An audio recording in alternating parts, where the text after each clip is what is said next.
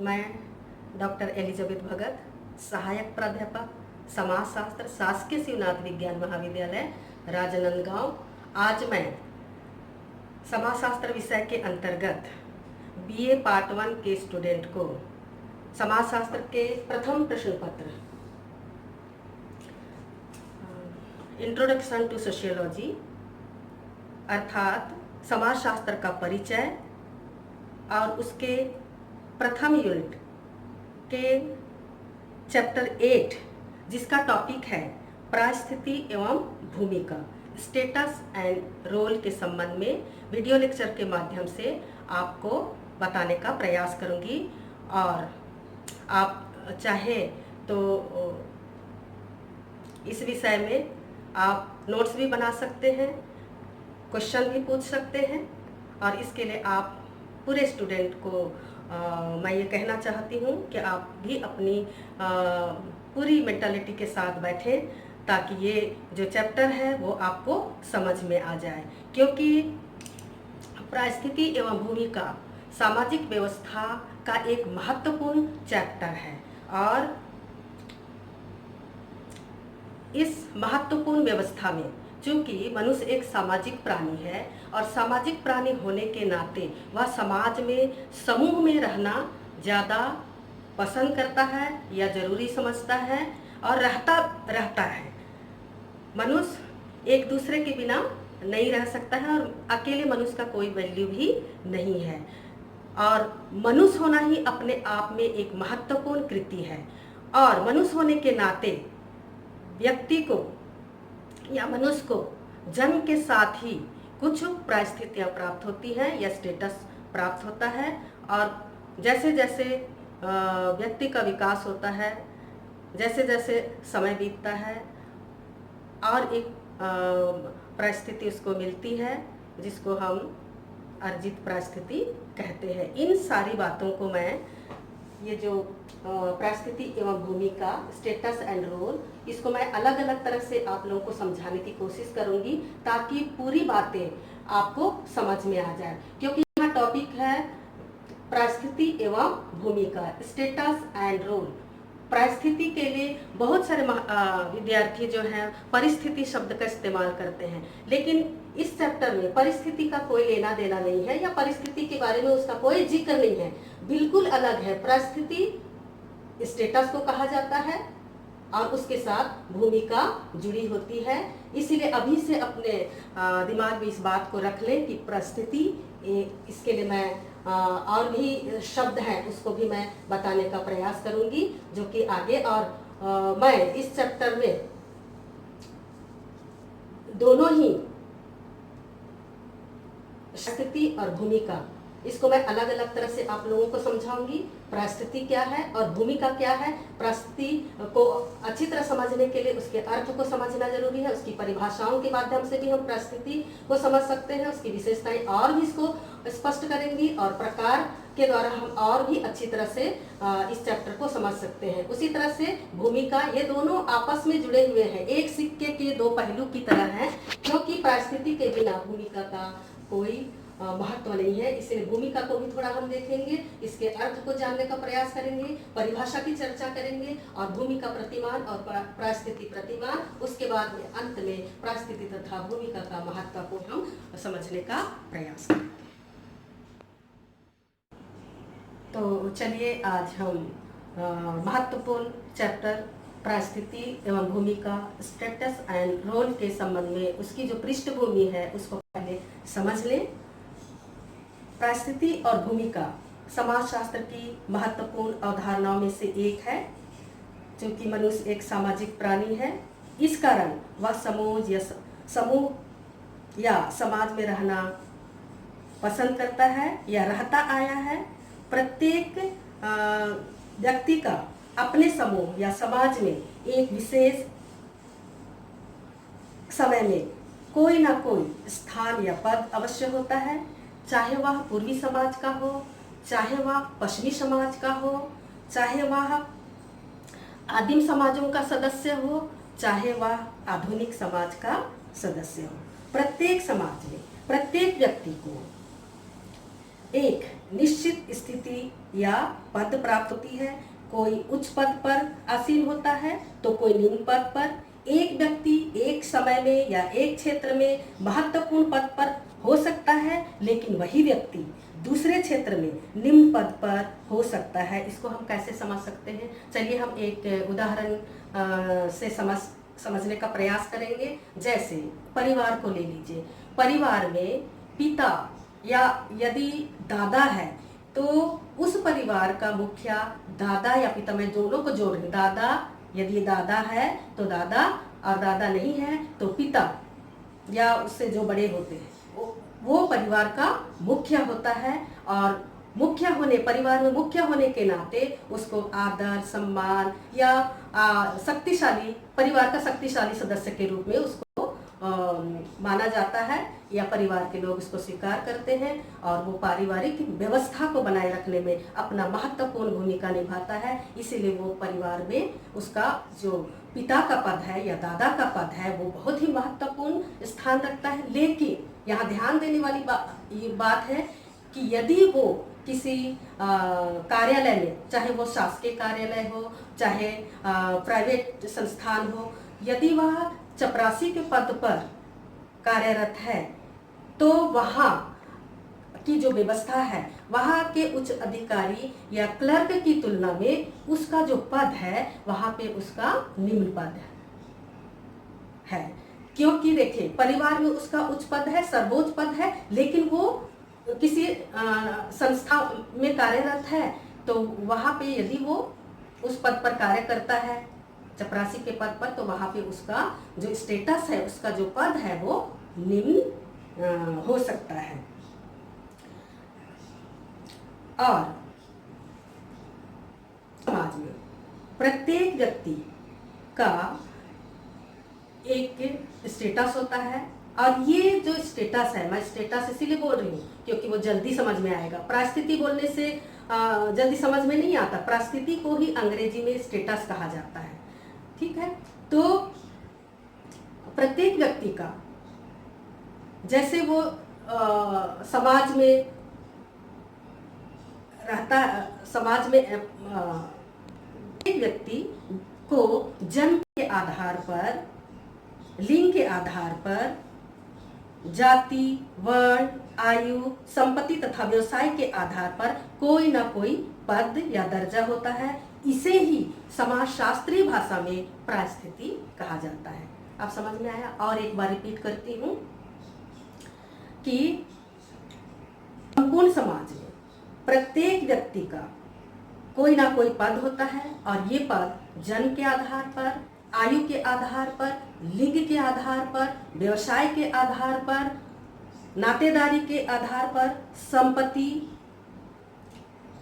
वर्ण, जाति आदि के आधार पर उसको पद प्राप्त होता है। और इसे ही समाजशास्त्रीय भाषा में परिस्थिति या स्टेटस कहा जाता है।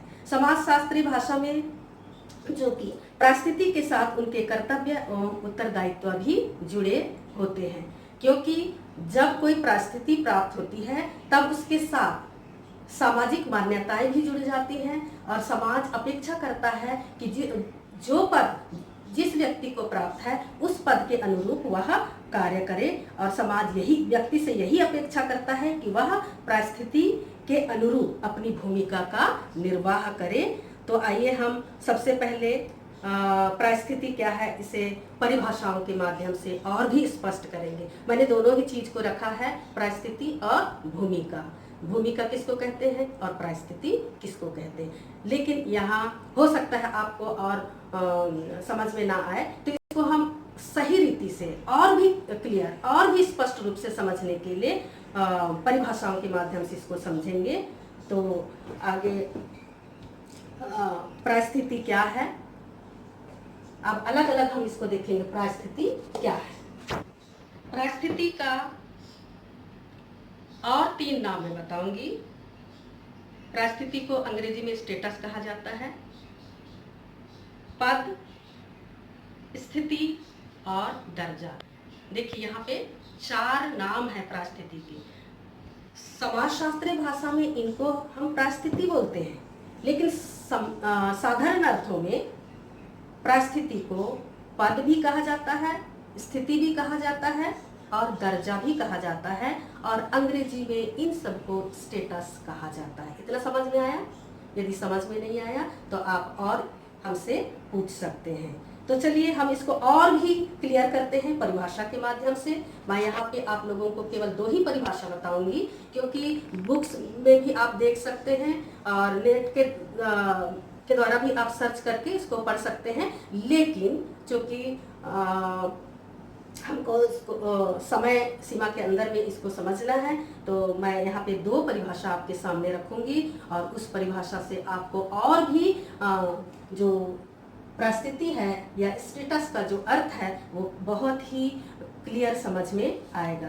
तो पहला जो परिभाषा जो समाजशास्त्री हैं इलियट और मेरिल, उनका कहना है कि किसी व्यक्ति की स्थिति का तात्पर्य उस पद से है जो कि वह अपने समूह में लिंग, आयु, परिवार, वर्ग, व्यवसाय, विवाह और उपलब्धियों के आधार पर प्राप्त करता है, परिस्थिति कहलाता है। दूसरा, किंग्सले डेविस के अनुसार किसी भी संस्थागत व्यवस्था में किसी भी ऐसे पद को परिस्थिति के रूप में परिभाषित किया जा सकता है जो कि समाज के द्वारा स्वीकृत हो। तो ये दोनों परिभाषा बहुत ही स्पष्ट हैं और इन दोनों परिभाषाओं के आधार पर हम उनकी विशेषताओं को भी देखते हैं। ये दोनों परिभाषाओं में विशेषता छुपी हुई, तो मैंने विशेषताओं को 6 पॉइंट में इसको आपको समझाने का प्रयास करने के लिए मैंने तैयार किया है। तो आइए हम देखते हैं परिस्थिति की विशेषताएं क्या है या स्टेटस की क्या विशेषताएं हैं। मेन बिंदुओं पर ही केवल हम चर्चा करेंगे। पहली विशेषता है परिस्थिति समाज द्वारा मान्यता प्राप्त पद है। दूसरा, यह एक संस्थागत पद है। तीसरा, एक समय में एक व्यक्ति में के अनेक परिस्थिति या पद हो सकते हैं। चौथी बात है परिस्थिति समान होने पर भी मान, सम्मान या प्रतिष्ठा में अंतर हो सकता है या अंतर देखने को मिल सकता है। पांचवी बात है परिस्थिति में संघर्ष की दशा निहित होती है। और लास्ट नंबर है परिस्थिति का भूमिका से घनिष्ठ संबंध होता है। इसीलिए मैंने शुरू में कहा कि ये जो टॉपिक है परिस्थिति एवं भूमिका, ये दोनों एक सिक्के के 2 पहलू की तरह है, क्योंकि इसको हम अलग नहीं कर सकते हैं। अलग परिप्रेक्ष्य में समझना इसको मुश्किल है, इसलिए दोनों साथ साथ चलते हैं। परिस्थिति है तो भूमिका है, स्टेटस है तो उसका रोल है।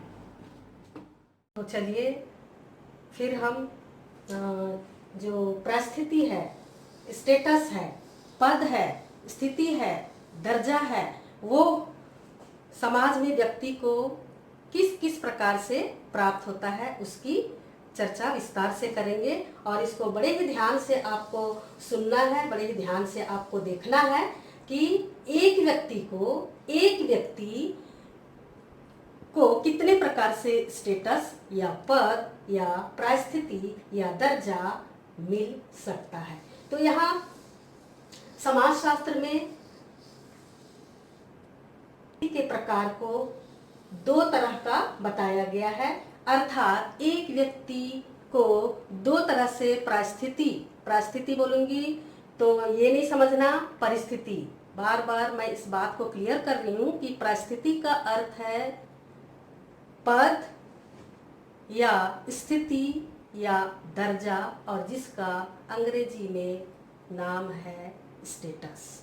और स्टेटस शब्द एक प्रचलित शब्द है और सब इसको जानते हैं, इसलिए स्टेटस बोलने से जल्दी समझ में आएगा। तो व्यक्ति को 2 तरह से स्टेटस मिलता है। पहला प्रदत्त परिस्थिति अर्थात अस्क्राइब्ड स्टेटस, और दूसरा अर्जित परिस्थिति अचीव्ड स्टेटस। नाम से ही बिल्कुल क्लियर है, स्पष्ट है कि प्रदत्त का अर्थ है दिया हुआ या विरासत के रूप में व्यक्ति को प्राप्त हुआ है, और इसके लिए व्यक्ति को किसी भी प्रकार से मेहनत या श्रम या बहुत सोचने की जरूरत नहीं पड़ती है। व्यक्ति को अपने आप मिलती है।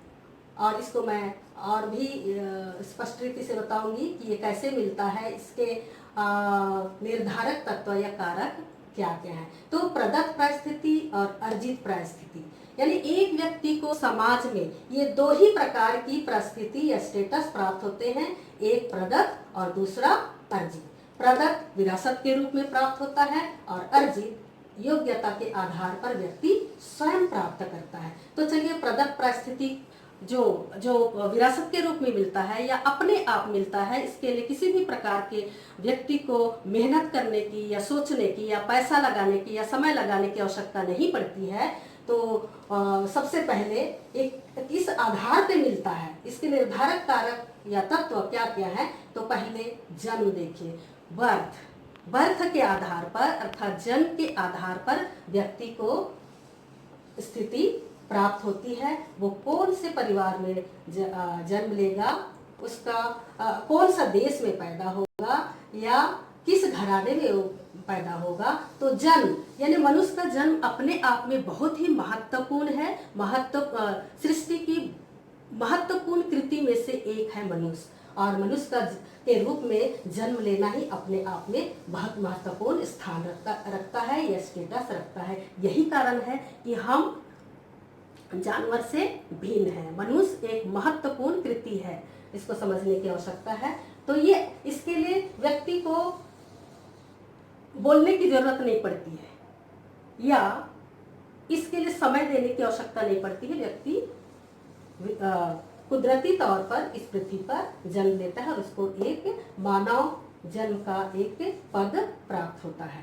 दूसरा, लिंग भेद, सेक्स डिफरेंस, ये भी व्यक्ति को इसके लिए प्रयास नहीं करना पड़ता है, बोलना नहीं पड़ता है, या कहें इसके लिए बहुत मेहनत करने की आवश्यकता नहीं पड़ती है। ये भी गॉड गिफ्टेड है, लड़की होना या लड़का होना, लड़की का पद या लड़के का पद। यहाँ देखिए, भारतीय समाज में चूंकि पुरुष प्रधान समाज है, तो यहाँ लड़कों को ज़्यादा महत्व दिया जाता है और लड़की को सेकेंडरी में रखा जाता है। लेकिन पद तो है लड़की का पद और लड़के का पद, और ये परिवार में विरासत के रूप में उस व्यक्ति को प्राप्त होता है। और तीसरी नंबर है आयु भेद, एज डिफरेंस, यानी आयु के आधार पर भी हम स्थिति को देख सकते हैं, स्टेटस को देख सकते हैं, पद को देख सकते हैं। जैसे हम देखें तो एक व्यक्ति की जो आयु की हम बात करें तो उसके स्टेप को देखें तो भ्रूणावस्था को छोड़कर, भ्रूणावस्था भी एक स्थिति है या एक स्टेटस है। तो जब इस पृथ्वी पर मनुष्य जन्म लेता है तो सबसे पहला जो सीढ़ी है वो है शैशवावस्था, फिर बाल्यावस्था, किशोरावस्था, युवावस्था, प्रौढ़ावस्था और अंत में वृद्धावस्था। ये व्यक्ति के वश की बात नहीं है, ये अपने आप चलते रहते हैं। और ये भी व्यक्ति को आयु के अनुसार अर्थात एज के आधार पर उसका पद होता है। बालक का पद, किशोरावस्था का पद, युवा का पद, प्रौढ़ का पद और वृद्धावस्था, वृद्ध होने का पद, ये अपने आप मिलते हैं विरासत के रूप में, समय के साथ साथ ये चलते रहते हैं। चौथी बात है शारीरिक विशेषताएं, फिजिकल एट्रीब्यूट्स। शारीरिक विशेषताएं, लंबा होना या कम हाइट का होना, गोरा होना या काला होना। शारीरिक जो विशेषताएं हैं, शारीरिक बनावट है, आँख की बनावट, नाक की बनावट, बालों का रंग या बालों की बनावट। तो ये सारी चीजें विरासत के रूप में व्यक्ति को पारिवारिक विरासत के रूप में मिलती जाती है और उसी के आधार पर उसको भी हम सुंदरता या जिसको बोलते खूबसूरती या सामान्य, इस तरह के जो समाज में पद निर्धारित होते हैं। पांचवी बात है जाति भेद या वर्ण भेद, कास्ट डिफरेंस या वर्ण डिफरेंस। तो ये भी एक तरह से प्रदत्त अर्थात दिया हुआ है। अब हम इसका थोड़ा सा इतिहास में जाएंगे तो भारतीय समाज में प्राचीन व्यवस्था को यदि देखें तो भारतीय समाज में समाज को व्यवस्थित करने के लिए 4 वर्ण थे, ब्राह्मण, क्षत्रिय, वैश्य और शूद्र। और इसी के आधार पर पूरा समाज बटा हुआ था और इसको चाहकर भी व्यक्ति इसमें चेंजेस नहीं कर सकता था। ये उनका पद था, 4 कैटेगरी, ब्राह्मण, क्षत्रिय, वैश्य और शूद्र। उसी तरह हम देखेंगे जाति भेद। जब भारतीय संविधान बना तभी हम 4 कैटेगरी को देखते हैं। और ये जाति जो शब्द है ना, जाति या वर्ण बोलेंगे तो भारतीय संविधान में इसको 4 कैटेगरी में डिवाइड किया गया है। यानी पूरे सामाजिक व्यवस्था को भारतीय संविधान के तहत 4 भागों में बांटा गया है। सामान्य वर्ग या जाति जिसको बोलते हैं, अनुसूचित जाति, अनुसूचित जनजाति और अन्य पिछड़ा जाति। और लुंडबर्ग ने इसके लिए जो परिभाषा दिया है और कहा है कि जाति एक बंद वर्ग है, वर्ण एक बंद वर्ग है, इसको चाहकर भी व्यक्ति बदल नहीं सकता है। अपनी इच्छा से, अपनी स्वेच्छा से इसमें परिवर्तन नहीं कर सकता है, क्योंकि ये सामाजिक व्यवस्था में व्यक्ति को अपने आप मिलता चला आया है। या सामाजिक व्यवस्था इस तरह से बनी हुई है कि जिसको हम प्रदत्त परिस्थिति कहते हैं। अब देखिए दूसरा पक्ष, अर्जित परिस्थिति। अर्जित का अर्थ ही है अर्न करना या योग्यता के आधार पर उसको प्राप्त करना, अर्न करना, अर्जित करना। इसमें व्यक्ति की मेहनत छुपी होती है, श्रम छुपा हुआ रहता है और इसके लिए वो समय खर्च करता है और अपनी योग्यता को बढ़ाता है। ये तो मिला हुआ है प्रदत्त, तो इसके लिए आपको किसी भी तरह की बहुत मेहनत करने की आवश्यकता नहीं पड़ती है। परंतु अर्जित परिस्थिति में व्यक्ति मेहनत करता है और उसके जो निर्धारक तत्व हैं उसको भी मैंने 6-7 भागों में डिवाइड किया है। पहला है एजुकेशन। सामाजिक व्यवस्था में व्यक्ति अपनी योग्यता को बढ़ाता है और उसका पहला स्टेप है एजुकेशन। और हम इस बात को जानते हैं कि एक बच्चे का प्रथम पाठशाला उसका परिवार है और प्रथम शिक्षिका या शिक्षक उसके पिता या माता होते हैं। तो शिक्षा के द्वारा व्यक्ति अपने स्टेटस को, देखिए अर्जित स्टेटस को या अचीव्ड स्टेटस को परिवर्तित करता है। प्राथमिक स्कूल, माध्यमिक, उच्चतर माध्यमिक, उसके बाद में स्नातक, स्नातकोत्तर, एमफिल, पीएचडी और जो चाहे वो बढ़ा सकता है। यानी एजुकेशन के आधार पर व्यक्ति अपने स्टेटस को चेंज कर सकता है। ये स्थायी है, प्रदत्त स्थायी है, इसमें बहुत कम चेंजेस आते हैं, परंतु अर्जित परिस्थिति को व्यक्ति चेंज कर सकता है। दूसरा है उपलब्धियां। उपलब्धियां कई तरह की हैं। एजुकेशन के क्षेत्र में उपलब्धियां होंगी, खेल के क्षेत्र में, चित्रकला के क्षेत्र में, संगीत के क्षेत्र में बहुत सारी उपलब्धियां समाज में है।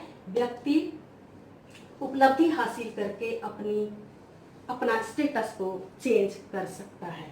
तीसरी बात है व्यवसाय। इस समाज में बहुत सारे व्यवसाय हैं और व्यवसाय के आधार पर व्यक्ति का जो स्थिति है ये उच्च और निम्न हो सकती है, परंतु व्यक्ति उस व्यवसायिक कार्य को करने के लिए अपना समय, अपना धन, अपनी योग्यता, अपनी बुद्धि के आधार पर व्यवसाय को चॉइस कर सकता है और व्यवसाय के क्रम में वो परिवर्तन कर सकता है। चौथी बात है संपत्ति। संपत्ति तो समाज में बहुत ही आवश्यक माना जाता है और पूरा समाज को देखेंगे 3 संपत्ति के आधार पर 3 वर्गों में बटा हुआ है, उच्च वर्ग, मध्यम वर्ग और निम्न वर्ग। और संपत्ति, किसी भी तरह से संपत्ति अर्न करना इसको समाज मान्यता नहीं देता, लेकिन योग्यता और ईमानदारी के साथ जब व्यक्ति संपत्ति को अर्न करता है या अर्जित करता है और उसके आधार पर उसका जो स्टेटस है वो उच्च हो सकता है, मध्यम हो सकता है, निम्न हो सकता है, तो ये स्थिति में भी व्यक्ति परिवर्तन ला सकता है। अपनी योग्यता, अपने गुण के आधार पर संपत्ति को बदल सकता है, संपत्ति की स्थिति को, और जो उच्च, मध्यम और निम्न जो स्टेटस बना हुआ है उसमें ये परिवर्तन ला सकता है। 5वीं बात है विवाह। ये भी एक महत्वपूर्ण परिस्थिति है, वो भी अर्जित परिस्थिति है। क्योंकि विवाह के लिए भी व्यक्ति ये अपने आप में, इसके लिए व्यक्ति को अपनी योग्यता को बढ़ाना है और स्वस्थ रहना है, तभी वो एक परिवार को चलाने के योग्य हो सकता है। तो विवाह भी एक अर्जित परिस्थिति है या अचीव्ड स्टेटस है। और छठवां नंबर राजनीतिक सत्ता या पॉलिटिकल अथॉरिटी, ये भी अर्जित परिस्थिति है। हर व्यक्ति नेता नहीं हो सकता। इसके लिए राजनीतिक सत्ता प्राप्त करने के लिए व्यक्ति को अपनी योग्यता को बढ़ाना है, लोगों के साथ उनका जो संपर्क है वो सही होना चाहिए, संबंध सही होना चाहिए, उसको तुरंत निर्णय करने की क्षमता, बुद्धि, ये सारी चीज़ें उसके पास होना चाहिए। और इसके लिए व्यक्ति हमेशा प्रयासरत रहता है। और हम देखते हैं एक राष्ट्रपति का पद है, प्रधानमंत्री का, और विधायक का, राज्यपाल का, विधायकों का, और पंच का, सरपंच का, ये राजनीतिक क्षेत्र में हम देखते हैं अलग अलग, और ये स्थायी भी रहते हैं। आज कोई विधायक है, कल को वो प्रधानमंत्री का पद या राष्ट्रपति का पद प्राप्त कर सकता है। इसके लिए उसको मेहनत करने की आवश्यकता है, योग्यता बढ़ाने की आवश्यकता है, और कुशल नेतृत्व करने की क्षमता उसमें होनी चाहिए। वैसा ही एक धार्मिक सत्ता देखेंगे, धार्मिक धर्म गुरुओं का भी, इसके लिए भी व्यक्ति, हर कोई धर्म गुरु नहीं बनता, ठीक है। इसके लिए जो व्यक्ति धार्मिक क्षेत्र में रुचि रखता है, योग्यता रखता है, वही धर्म गुरु का काम कर सकता है। तो संपूर्ण मिलाकर अर्जित परिस्थिति में आज के संदर्भ में हम देखें, सामाजिक व्यवस्था में हम देखें, तो समाज में ये भी 4 कैटेगरी है, चाहे कोई भी सामाजिक संस्था हो या गवर्नमेंट की संस्था हो। तो हम देखेंगे कि यहाँ चार कैटेगरी है, 4 श्रेणी है। प्रथम श्रेणी, द्वितीय श्रेणी, तृतीय श्रेणी और चतुर्थ श्रेणी में। हाँ, तो आपको ये जो प्रदत्त परिस्थिति और अर्जित परिस्थिति के बारे में समझ में आ गया होगा। इसके निर्धारक तत्व या कारक कौन कौन से हैं जो इन परिस्थितियों को निर्धारित करते हैं। तो इसके आधार पर आप प्रदत्त एवं अर्जित परिस्थितियों में अंतर बता सकते हैं या अंतर स्पष्ट कर सकते हैं। ये आपके लिए आपको इस काम को करना है, या इस अंतर को आपको और भी बुक्स के द्वारा या इंटरनेट के द्वारा आप इसको पढ़कर अंतर स्पष्ट कर सकते हैं। फिर भी मैं कुछ आप लोगों को पॉइंट जो बता रही हूँ, अंतर की प्रदत्त और अर्जित परिस्थिति में क्या अंतर है, किन बिंदुओं के आधार पर हम इसको अंतर को स्पष्ट कर सकते हैं, तो मैं कुछ पॉइंट के आधार पर आपको बताना चाहती हूँ। आगे आपका होमवर्क है कि आप इसको और अच्छी रीति से पढ़ें और समझें। तो पहला अंतर है जन्म के आधार पर, दूसरा अंतर है प्रकृति के आधार पर, तीसरा अंतर है महत्व के आधार पर, चौथा अंतर आप ज्ञात कर सकते हैं संस्कृति के आधार पर, पांचवा प्रतिस्पर्धा के आधार पर, सुरक्षा के आधार पर, और आधार के आधार पर अंतर को स्पष्ट समझ सकते हैं। और इसके बाद हम आगे का जो चैप्टर है, ये जो भूमिका है, रोल के बारे में, क्योंकि मैंने आप लोगों को कई बार कहा है कि परिस्थिति एवं भूमिका एक सिक्के के 2 पहलू हैं। यद्यपि हमने अलग अलग तरह से इसकी चर्चा की है, परंतु परिस्थिति के बिना भूमिका का कोई महत्व नहीं है, और बिना परिस्थिति के भूमिका संभव नहीं है। इसीलिए भूमिका क्या है, इसके बारे में भी हम चर्चा करेंगे। और भूमिका को अंग्रेजी में रोल कहा जाता है, या इसका और एक नाम है कार्य है। तो साधारण अर्थ में प्रत्येक परिस्थिति के साथ कार्य या भूमिका मुख्य रूप से जुड़ी रहती है। बिना परिस्थिति के भूमिका का कोई महत्व नहीं होता।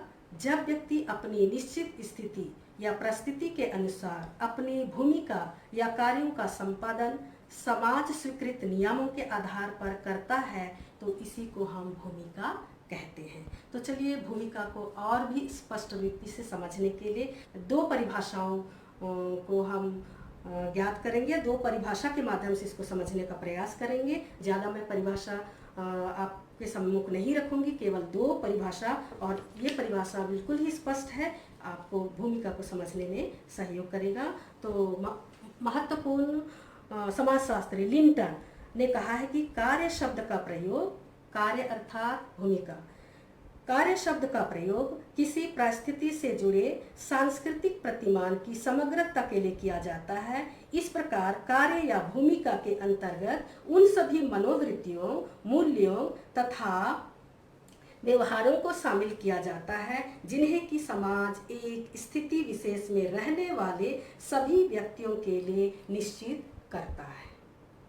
दूसरी परिभाषा किंग्सले डेविस ने दिया है। उन्होंने कहा है कि भूमिका किसी व्यक्ति द्वारा उसके पद की आवश्यकता के अनुसार किया जाने वाला कार्य है। पद की आवश्यकता के अनुसार किया जाने वाला कार्य है। तो इसको हम और बहुत विस्तृत में ना जाके, क्योंकि ये बहुत ही सिंपल है, बहुत ही सरल है, परिस्थिति है तो भूमिका है, अर्थात स्टेटस है तभी भूमिका है। इसको हम एक चार्ट के माध्यम से अभी समझेंगे कि एक डॉक्टर की जो भूमिका है वो क्या होती है या क्या है, जिसको रोल सेट कहा जाता है या भूमिका प्रतिमान।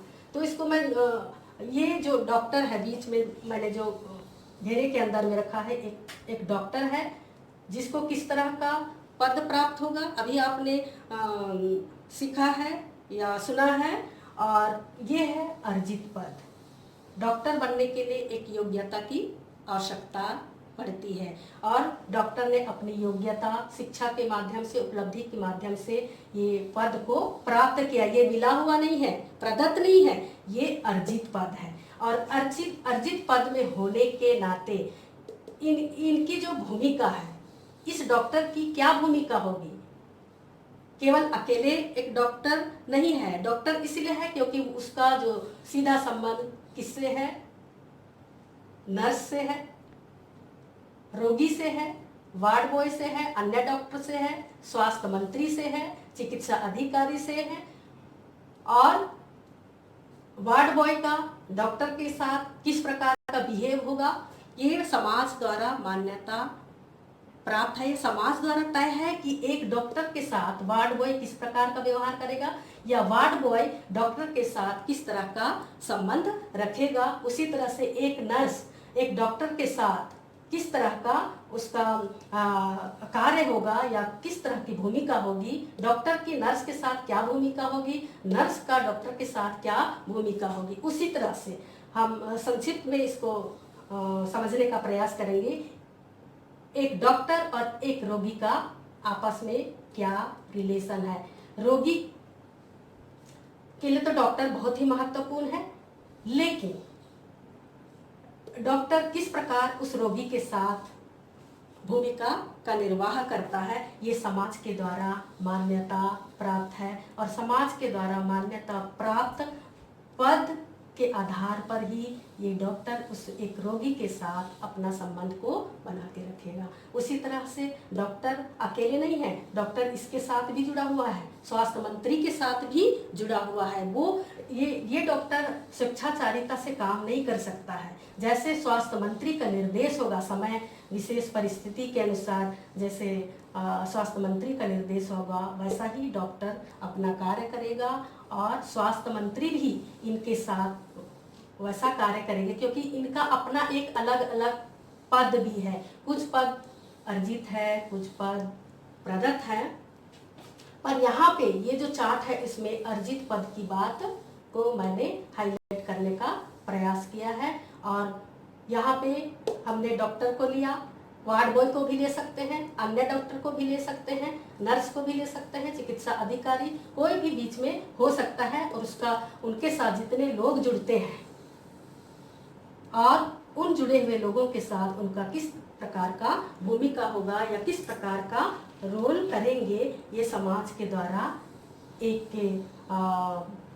पद प्राप्त व्यक्ति से समाज जो अपेक्षा करता है वही कार्य को करेगा। यानी डॉक्टर से समाज क्या अपेक्षा करता है कि वो रोगियों की सही इलाज करें और उसके लिए बहुत सारे ये जो टीम है वो भी कार्य करती है और इनके साथ सामाजिक व्यवस्था को बनाए रखने के लिए आपस में वो एक दूसरे से जुड़े रहते हैं। और एक जो उदाहरण हम देख सकते हैं बीच का भी सेम है, परंतु मैं तीसरा जो चार्ट है उसको प्रदत्त परिस्थिति के बारे में और उसकी भूमिका के बारे में समझाना चाहती हूँ। और वो है, मान लीजिए कोई यहाँ पे व्यक्ति है, उसके साथ ये सारे लोग अध्यापक हैं, चाचा है, पिता है, पति है, पुत्र है। मैंने यहाँ पे सीमित लोगों को रखा है, बहुत सारे लोग हो सकते हैं। और ये लोग, जैसे एक व्यक्ति है, इसको हम दादा कहते हैं, है ना। दादा और पिता का क्या भूमिका होगी, एक दादा पिता के साथ या एक पिता दादा के साथ किस प्रकार का बिहेव करेगा, किस प्रकार का कार्य करेगा, किस प्रकार का काम करेगा, ये समाज के द्वारा मान्यता प्राप्त है। दादा पिता और दादा एक सम्माननीय पद है, चाचा का भी एक सम्माननीय पद है। ये जो पद है वो प्रदत्त है, समाज या विरासत के रूप में मिला हुआ पद है। और उस पद के अनुरूप सामाजिक मान्यताएं, सामाजिक प्रथाएं, सामाजिक नियम, रीतियां, रूढ़ियां, परंपराएं जुड़ी हुई होती हैं और इसका पालन इनको करना पड़ता है। हम ऐसा ही स्वतंत्र रूप से जीवन नहीं बिता सकते हैं, व्यतीत नहीं कर सकते। समाज की जो अपेक्षाएं हैं कि एक पिता की भूमिका क्या होनी चाहिए, एक माँ का भूमिका क्या होना चाहिए, एक पुत्र का पिता के साथ क्या संबंध होना चाहिए, किस प्रकार का होना चाहिए, एक मित्र का अपने मित्र के साथ किस प्रकार का व्यवहार होना चाहिए, समाज ने ये पहले से तय किया हुआ है। और समाज अपेक्षा करता है कि व्यक्ति चाहे प्रदत्त परिस्थिति में हो, चाहे अर्जित परिस्थिति के अंतर्गत हो या प्राप्त किया हो, उसी के अनुरूप वो समाज में व्यवहार करेगा या करना है।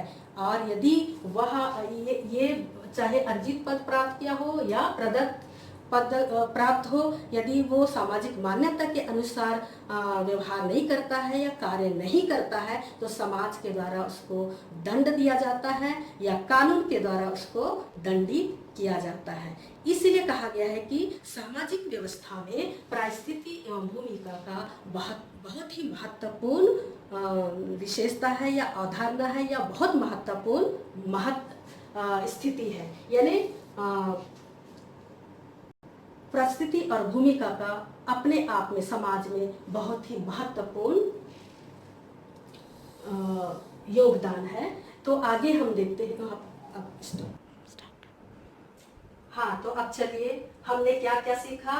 परिस्थिति और भूमिका के अंतर्गत परिस्थिति क्या है, परिस्थिति के कितने प्रकार हैं, परिस्थिति की विशेषताएं क्या है, और प्रदत्त परिस्थिति और अर्जित परिस्थिति में अंतर को हमने स्पष्ट किया। और परिस्थिति भूमिका प्रतिमान, उसमें भूमिका प्रतिमान को देखा और प्रदत्त परिस्थिति को देखा और ये समझने का प्रयास किया। और मेरा विश्वास है कि आपको समझ में आया होगा। और आज हम चलिए अंतिम चैप्टर की ओर जाते हैं, जो कि बहुत ही महत्वपूर्ण है, क्योंकि सामाजिक व्यवस्था में परिस्थिति और भूमिका का बहुत ज़्यादा रोल है और इसको हर एक व्यक्ति को अपनी भूमिका का निर्वहन करना चाहिए। तो ये और भी हम इसको परिस्थिति तथा भूमिका का महत्व को इस चार्ट के द्वारा मैं स्पष्ट करने की कोशिश करूंगी और आपको बिल्कुल समझना है क्यों जरूरी है। तो सबसे पहली बात है उत्तरदायित्व की भावना। जब किसी व्यक्ति को कोई पद प्राप्त होता है, चाहे विरासत के रूप में मिला हो चाहे अर्जित हो, तो उसके अंदर में एक उत्तरदायित्व की भावना आती है, अर्थात फीलिंग्स ऑफ रिस्पॉन्सिबिलिटी आती है। और जब ये रिस्पॉन्सिबिलिटी व्यक्ति के अंदर आती है तो सामाजिक व्यवस्था को बनाए रखने में ये समाज में बहुत ही अपना भूमिका अदा करता है। दूसरा है श्रेष्ठ मार्गदर्शक। जो परिस्थिति हमको मिली हुई रहती है और उसके अनुसार व्यक्ति काम करता है या उसके अनुसार व्यवहार करता है, तो उसके लिए ये एक श्रेष्ठ मार्गदर्शक की है। परिस्थिति अर्जित और प्रदत्त दोनों ही हैं और ये व्यक्ति को मार्गदर्शक के रूप में आगे ले जाते हैं, मार्गदर्शक बनती है। तीसरा है आवश्यकता पूर्ति का माध्यम है, क्योंकि जो भी पद उनको मिला है दो तरह के पद मैंने आप लोगों को बार बार कहा है कि प्रदत्त और अर्जित, और ये क्या करती है, आवश्यकता पूर्ति का means of fulfilling of necessities, यानी आवश्यकता पूर्ति में सहयोग प्रदान करती है। आज हर एक व्यक्ति इस पृथ्वी पर जिंदा रहना चाहता है, और जिंदा रहने के लिए उसके लिए क्या करना है, अपनी योग्यता को या जो विरासत के रूप में जो परिस्थिति प्राप्त है उसको उस पे काम करना है, उसके अनुसार उसको काम करना है। और यदि उसको अर्जित परिस्थिति प्राप्त है तो उसने जो योग्यता और परिश्रम से जो प्राप्त किया है वो क्यों काम करेगा, जीवित रहने के लिए काम करेगा, यानी अपनी आवश्यकताओं की पूर्ति के लिए वो काम करेगा। इसलिए समाज में जो भी पद व्यक्ति को प्राप्त है वो आवश्यकता पूर्ति का एक माध्यम भी है। चौथी बात है सामाजिक नियंत्रण का माध्यम। परिस्थिति तथा भूमि का सामाजिक नियंत्रण में सहयोग देता है या सहयोगी है। व्यक्ति कैसे सामाजिक नियंत्रण होगा, व्यक्ति को जो पद प्राप्त है, पद समाज अपेक्षा करता है कि वह पद के अनुरूप व्यवहार करे। यदि इस पद के अनुरूप वो कार्य नहीं करता है तो समाज उसको क्या करता है, दंडित करता है। और यदि वो समाज विरोधी कार्य करता है तो कानून उसको दंड देता है। और इस भय से व्यक्ति क्या करता है, जो पद उसको मिला हुआ है, जो परिस्थिति उसको प्राप्त है, उस परिस्थिति के अनुसार काम करने का या कार्य करने का प्रयास करता है, उसी को रोल कहा जाता है। पांचवी बात है समाजीकरण में सहयोगी। समाजीकरण का अर्थ है सीखना, यानी व्यक्ति को जन्म के साथ जो जो चीजें मिलती हैं, जो जो पद प्राप्त है और अर्जित पद है, उसके द्वारा व्यक्ति क्या करता है, सीखता है और समाज में अपना संतुलन बनाने का प्रयास करता है।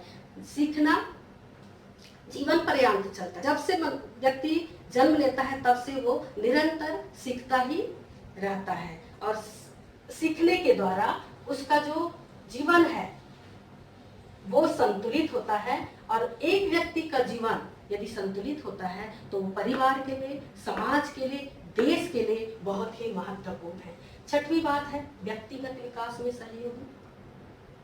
जो भी परिस्थिति व्यक्ति को मिलता है, किसके लिए सहयोग, स्वयं के विकास के लिए सहयोगी है। इसलिए समाज में जो भी व्यक्ति है उसको अपने अपने दायित्वों का निर्वाह करना आवश्यक है, और इससे व्यक्ति का विकास होता है। Helpful in personal development. और सातवां नंबर हम देखेंगे सामाजिक प्रगति में सहायक होता है। हर व्यक्ति जिसको भी समाज में जो भी पद मिला है, यदि वह उसको ईमानदारी से करे, यदि वह उसको लगन से करे तो क्या होगा, समाज की प्रगति होगी, देश की उन्नति होगी, स्वयं की उन्नति होगी। इसको मैं एक एग्जाम्पल के तौर पे समझाना चाहूंगी। यदि कोई शिक्षक है तो शिक्षक होने के नाते, शिक्षक का पद उन्होंने, ये अर्जित पद है, शिक्षक का पद है, तो शिक्षक का क्या कार्य है, ड्यूटी क्या है, उसकी भूमिका क्या है कि वो विद्यार्थियों को सही रीति से सही शिक्षा दे, सही मार्गदर्शन करे और ईमानदारी से अपने भूमिका का निर्वाह करे।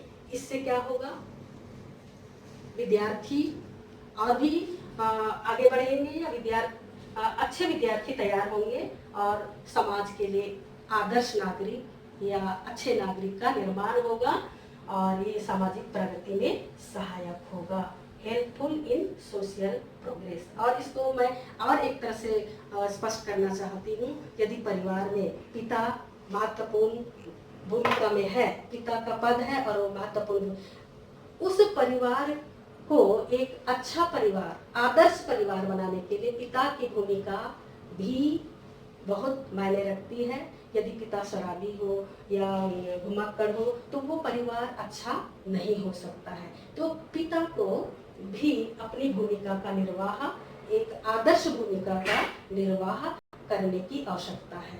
तो परिस्थिति तथा भूमिका का सामाजिक जीवन में, व्यक्तिगत जीवन में बहुत ही महत्वपूर्ण स्थान रखता है। इस प्रकार विश्व का कोई भी सामाजिक व्यवस्था परिस्थिति तथा भूमिका के अभाव में चल ही नहीं सकता है।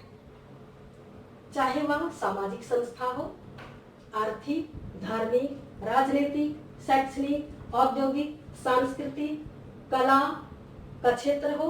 समाज के प्रत्येक व्यक्ति को कोई ना कोई परिस्थिति अर्थात प्रदत्त परिस्थिति और अर्जित परिस्थिति प्राप्त होती है और उसे उस परिस्थिति के अनुरूप भूमिका का अर्थात रोल का निर्वाह करना आवश्यक है।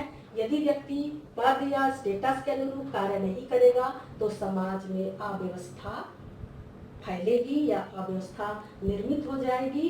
इससे व्यक्ति, समाज और देश का विकास नहीं हो सकता। इसलिए समाज के प्रत्येक सदस्य को अपनी परिस्थिति के अनुसार, अपनी स्टेटस के अनुसार रोल अदा करना आवश्यक है। और अब आप लोगों को सारी बातें समझ में आ गई होगी और मैं चाहूँगी कि यदि आपको जितना मैंने आपके सामने एक्सप्लेन किया है समझ में नहीं आया तो मेरा जो मोबाइल नंबर है उससे आप मुझसे संपर्क करके और भी क्लियर कर सकते हैं और मैं समझाने के लिए सदैव तैयार हूँ। आप जब पूछें तो मैं ज़रूर समझाऊंगी। धन्यवाद।